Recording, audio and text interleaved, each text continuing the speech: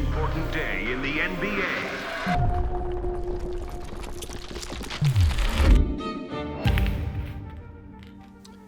This ball, well, not this exact ball, but this number was the fourth and final number pulled, a number destined to bring the main event to Dallas, a team that just traded the untradeable. Luka Doncic going to the Lakers, Anthony Davis going to the Dallas Mavericks. But is Coop the truth? Okay, I promise that is not what this video is about. I have not worn a tie in a long time. At least that's not what this is about entirely. Let me show you something that really confused me that I saw the other night. The Pacers and Thunder. I was watching these two teams in the finals, two new teams led by two new stars. But both of these stars, SGA and Halliburton, were not top 10 picks. In fact, if we look at the starters for this series, only one was drafted in the top 10. Maybe this is just an anomaly. This is just one series, but it did make me curious, and I decided to look a little further. I went back 10 years. 6 starters were top 10 picks in the Cavs vs. Warriors series. Nothing conclusive, but it set me in motion. We are in an era where teams have an ocean of data, billion-dollar entities spending millions on their staff, obsessing over teenagers. It's kind of weird.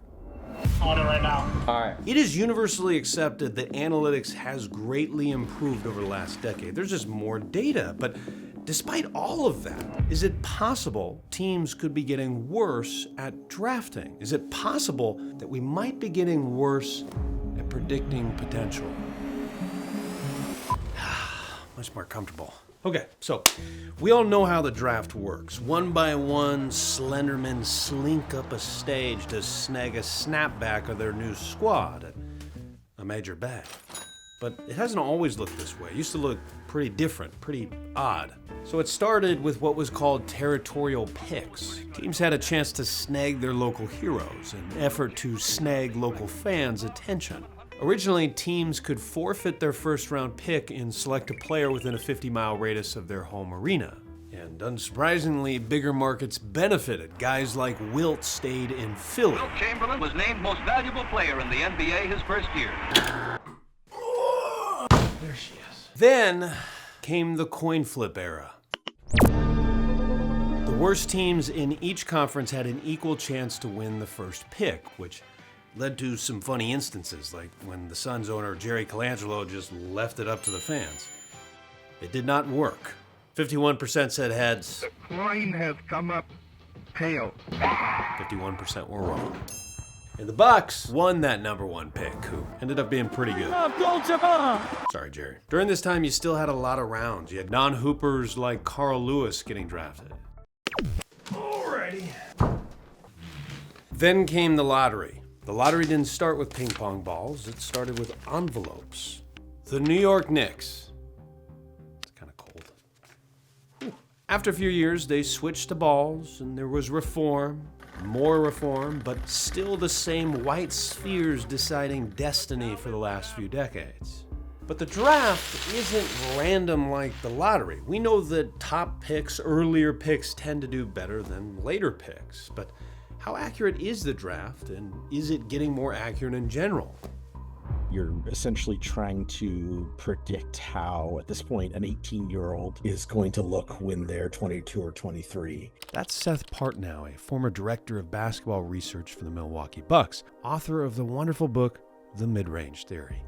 There's a lot that goes into it, some of which is measurable, much of which isn't. I have been wanting to take a look at this for about a year now, and with Seth at my disposal, a former data scientist for the Milwaukee Bucks and the creator of the player tiers from the New York Times, we had to do this. First off, let's look at the general efficiency of the draft. We're using a strange acronym, VORP.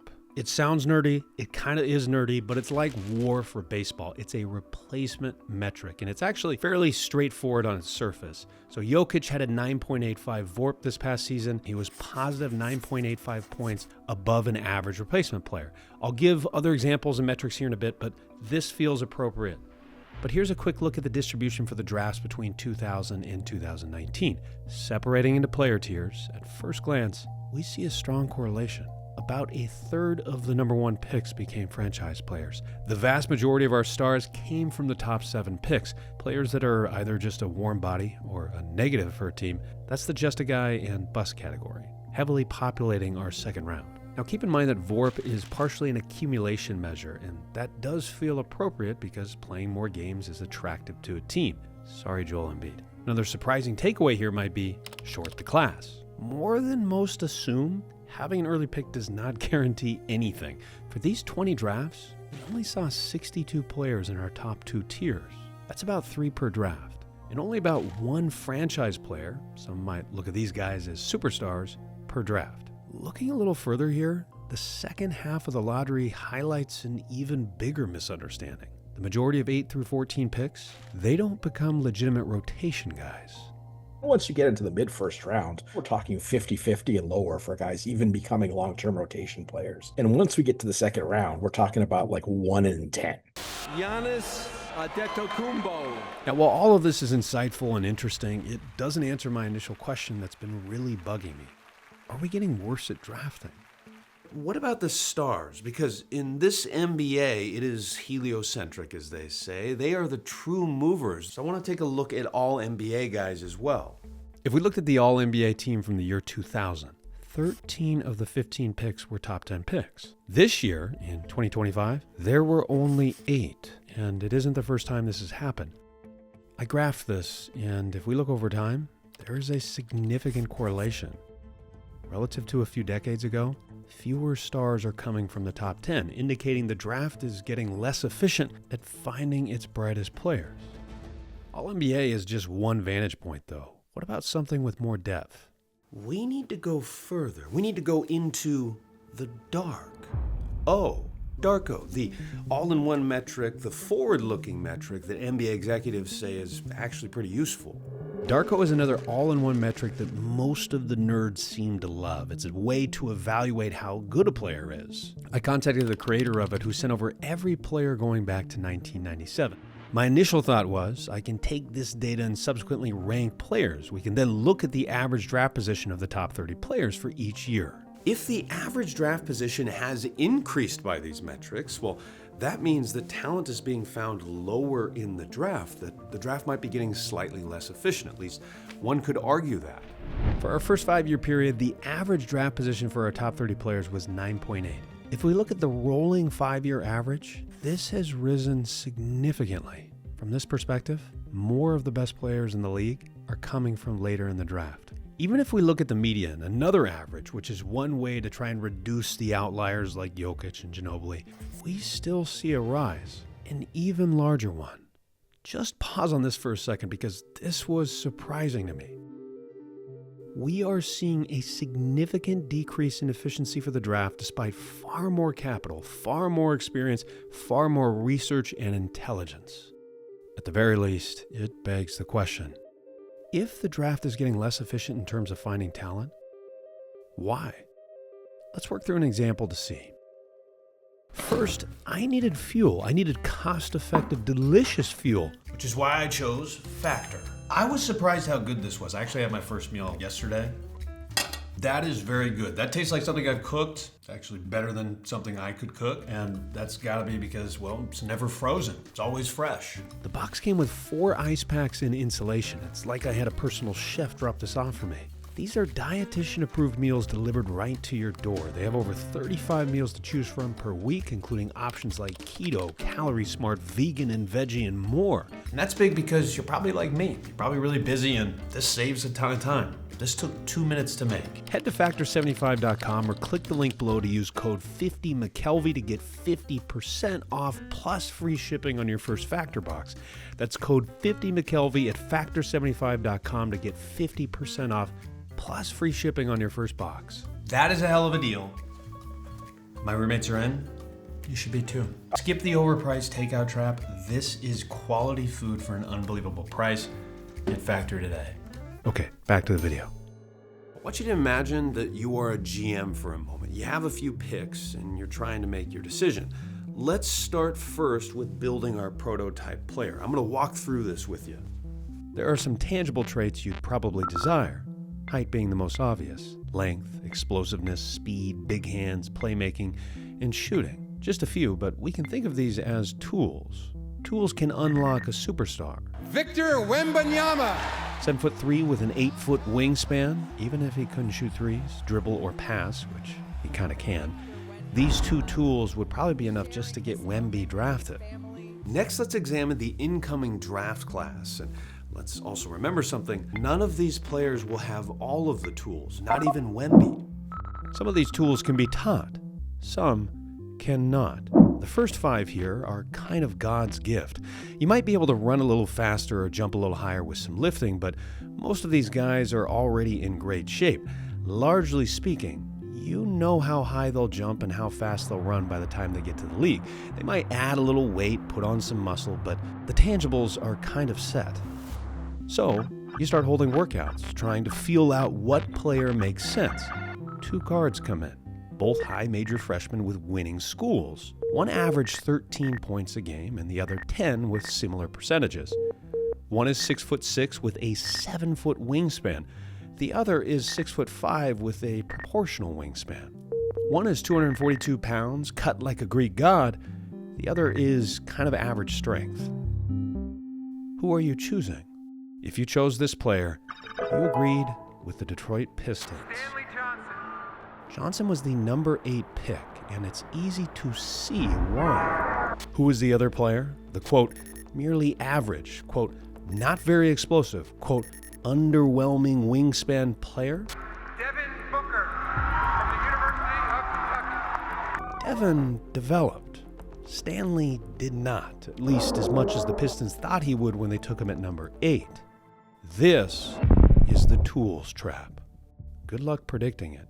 Basketball is a game of both the seen and the unseen. Being really good requires visible tools. We're all aware that these guys are pretty tall.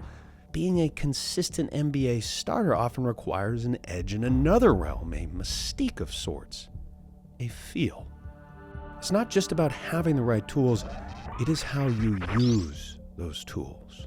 Booker's bag consists of split-second decisions and an uncanny comfort with the contest. I looked this up because I was curious. He shot 52.8% with his midi last year, number 1 in the NBA. Oh, and he regularly leads the league in that category. How could anyone have predicted this feel, this invisible tool bag, this comfort, this swag when he was at Kentucky coming off the bench? There are different iterations of feel. We have Jokic court mapping, Steph's depth perception. If tools are the skeleton of our player, feel is that connective tissue, and the problem is that's not easily visible or easy to predict. You can't really tell how a player will feel out an NBA setting when they're 19 or 20 years old. Neither is shooting. Booker came into the league expected to be a shooter, a corner 3 type guy. Despite being lauded as a shooter even today, he's actually pretty average in that category. He's elite in scoring and playmaking. Even as I say that, it kind of feels off. I want to label him as a shooter, but he's not really an elite open shooter. He's kind of average. Herein lies another issue. We love player comps. Booker was heavily comped to Klay Thompson. I have to wonder how much of that just has to do with the fact they kind of look the same. Similar skin complexion, similar height, they have similar looking jumpers. But they're not similar players. As Seth writes, a close relative of confirmation bias is anchoring. Comps have an understandable appeal, a shortcut to understanding. Booker is built and looks like Klay. The leap is then made that Booker will become Klay. If you're modeling to try to figure out extreme outliers, you're end up doing what's called overfitting. There's a couple of guys who I can think of from my time with the Bucks. Giannis comes from out of nowhere, and shortly into his time in the league, it's obvious that he has a chance to be pretty special. Then, well, there's this Brazilian kid who has some similar physical attributes and is kind of a mystery box in the same way. You're trying to select on that sort of unique mix of things. It's really quite hard. This can hurt or help a player. Some players don't have a comp. Would Sengun have been a mid-first rounder if Jokic didn't exist? Would Jeremy Lin have gone undrafted if he looked different? This is not my opinion. GMs admit this. When there is a recognizable comp, we kind of just assume that players will grow into the relatable projection we have in our mind. Johnson did not become his comp, or on our test, and even though Booker massively exceeded expectations, he did not become Clay. These comps are typically not accurate at all. This doesn't mean we should neglect comps and tools. Below-the-rim fours and undersized point guards are a good example of that. But just having the tools, that largely isn't enough. And some guys might have the tools, but they're hidden in plain sight. If Tyrese had a normal-looking shot, would he have fallen out of the top 10? If Booker's shot didn't look so good, would he have been labeled as a shooter? There were guys I played with in college that had a beautiful release, but they shot 30% from three, and I sometimes wondered if they got a bigger green light because they just had a pretty jumper. The same is true in many sports. A QB's release, a hitter's swing, goes on and on. We like nice-looking things, but nice-looking things can be deceptive, and I don't need to give you personal examples or life examples of that, but that nice-looking jump hook that goes in 50% of the time the traditionalists rave about, that is not as nice as the dude who casts from deep and clanks the iron about 2/3 of the time. That's just how it is. It's no secret that the NBA discovered the world's most valuable equation, but what is a secret is how a shooter will develop. This is one of the reasons that came to me as far as why players might be getting more challenging to predict. Shooting has become more valuable. Shooting is pretty difficult to predict, at least how a player will develop. Seth looked into a variant of this. When should teams decide to give up on a shooter's potential? And a quick inspection here suggests that players tend to stay at similar levels in terms of shooting across their careers, but there is some slight upwards pressure. 83 players moved up a category while only 56 moved down. Part of that might be survivorship bias, but in general, players tend to improve over time. However, it's at varying rates. Perhaps this is something I dive into a little bit further in the future. Another correlation to three-point shooting is free throw shooting. If a player is shooting in the 80s from the line, we can suspect that he might be able to develop a little bit better touch from deep. Another possible reason? There's just more players now. As the world has caught up, more hoopers are hooping, which means we might not see as many outliers. 6'10" dudes that can shoot and dribble? That's kind of become normalized. At least it's not as rare as it used to be. Still, we have to remind ourselves of our graph here. Most of these guys, they won't live up to the hype. A lottery pick is far from a surefire starter. Who will pick tomorrow's superstars?